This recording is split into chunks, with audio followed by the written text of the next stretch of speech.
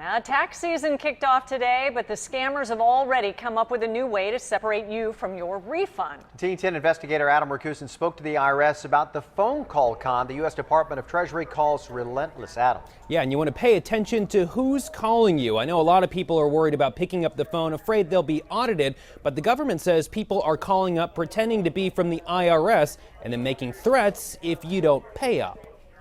The IRS is calling me? Is this for real? For the first time, the Treasury Inspector General for Tax Administration releasing a series of YouTube videos warning taxpayers not to fall for scammers who impersonate IRS employees. Scammers are aggressive when they The videos aiming to protect taxpayers from becoming victims this tax season. Rafael Tolino is the Internal Revenue Service spokesperson for the San Diego area. Phone calls coming from scammers using the IRS as a lure, saying the IRS needs you to make immediate payments, threatening arrest or lawsuits. That's not the IRS doing business that way. That's a scammer using the IRS as a lure. Officials warning scammers will often use a fake telephone number with a U.S. area code and demand immediate payment. don't believe them. Instead, just hang up. ABC News reporting there have been nearly 900,000 fake calls since October 2013.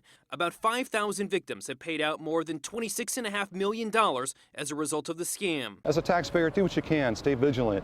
Keep your antenna up. If something sounds like it's too good to be true, that kind of a thing. Across the San Diego region, the IRS is expecting around 1.5 million returns. With today being the first day they're processing returns and scams becoming more sophisticated, they urge patience. And we know you want your refund as fast as possible, but at the same time, we're trying to strike that balance to be sure it's a legitimate refund to begin with. And if there is a problem, the IRS will normally notify you in writing and not make threatening statements. There are a lot of scams out there. The IRS also releasing its own tips through a YouTube series to help you avoid being a victim. Reporting live in the newsroom, Adam Rakusin, Team 10.